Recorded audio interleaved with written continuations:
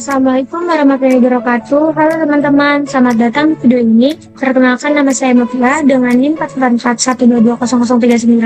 Tujuan saya membuat video ini untuk memenuhi salah satu tugas dari mata kuliah e-commerce. Di sini saya akan membahas tentang AgriFresh. Apa itu AgriFresh?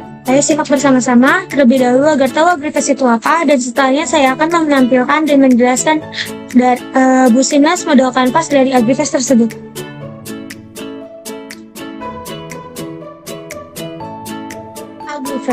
AgriFresh itu platform sayuran merujuk pada sistem atau aplikasi yang mendukung dan memfasilitasi kegiatan bercocok tanam sayuran dalam wadah atau kotak, baik secara fisik maupun digital. Platform ini bisa berupa website, aplikasi mobile, atau komunitas online yang menyediakan berbagai informasi, sumber daya, dan dukungan bagi pengguna yang ingin membeli sayuran fresh dan mudah dijangkau. Latar belakang terbentuknya AgriFresh ini awalnya sebagai respon terhadap kebutuhan masyarakat akan akses pangan segar di tengah urbanisasi yang pesat dan keterbatasan ruang untuk bertani di kota-kota. Seiring dengan meningkatnya kesadaran akan pentingnya kesehatan dan keberlanjutan, banyak individu dan komunitas mencari cara untuk menanam sayuran sendiri. Sebagai solusinya, mengurangi ketergantungan pada pasokan pangan luar serta meningkatkan ketahanan pangan lokal. Jadi AgriFresh itu tidak merujuk platform yang menyediakan wadah untuk bertani saja. Jadi AgriFresh ini juga menjual berbagai macam sayuran hidroponik. Terus AgriFresh ini juga menjual alat-alat untuk siapa saja yang ingin bercocok tanam dan memulai bertanam dengan secara hidroponik. Dan AgriFresh juga menjual bermacam-macam bibit tanaman yang dapat ditanam secara hidroponik. Platform ini juga tidak hanya menyediakan wadah untuk bertani. Nah, seperti yang tadi disebut, dibilang juga, tetapi juga berfungsi sebagai sumber informasi, edukasi, dan dukungan komunitas, sehingga mendorong praktik pertanian yang lebih berkelanjutan, mempromosikan gaya hidup sehat di tengah-tengah tantangan lingkungan pertanian. Di sini ada business model kanvas. Yang pertama, key partner. Key partner ini yang pertama yaitu berisikan tentang petani lokal menjadi mitra utama dalam penyediaan produk segar. Yang kedua, penyedia logistik, mitra pengiriman untuk memastikan produk sampai tepat waktu.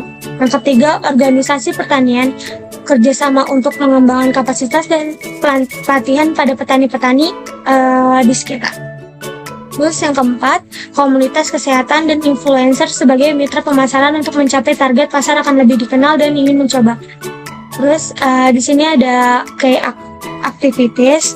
Yang pertama, pengelolaan rantai pasok untuk memastikan kesegaran produk. Yang kedua, pemasaran dan promosi agar pelanggan banyak yang tertarik. Yang ketiga, pengembangan produk baru.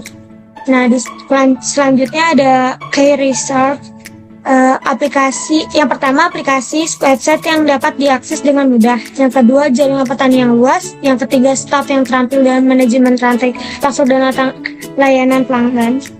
Terus selanjutnya ada value proposition.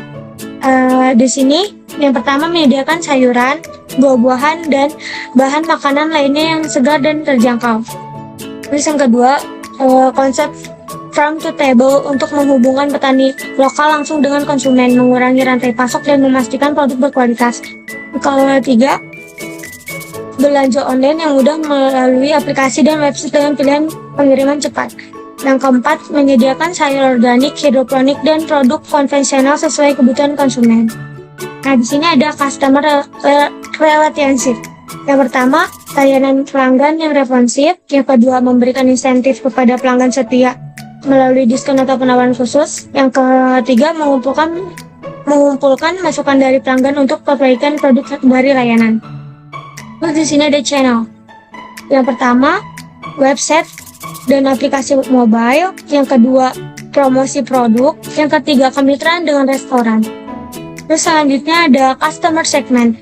Di sini meliputi yang pertama individu yang peduli dengan kesehatan. Yang kedua, setiap kalangan keluarga yang mencari sayuran yang fresh. Yang ketiga, bisnis yang membutuhkan pasokan bahan makanan segar atau berkualitas.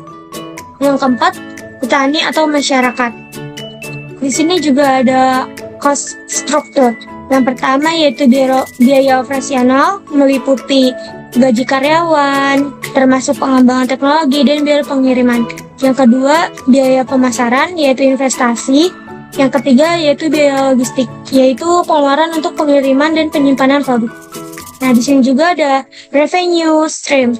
Yang pertama yaitu penjualan produk. Yang kedua, dengan menetapkan biaya seperti biaya pengiriman sesuai dengan layanannya. Nah, yang ketiga itu kemitraan dan sponsorship. Sekian dari video saya, kurang lebihnya mohon maaf. Wassalamualaikum warahmatullahi wabarakatuh.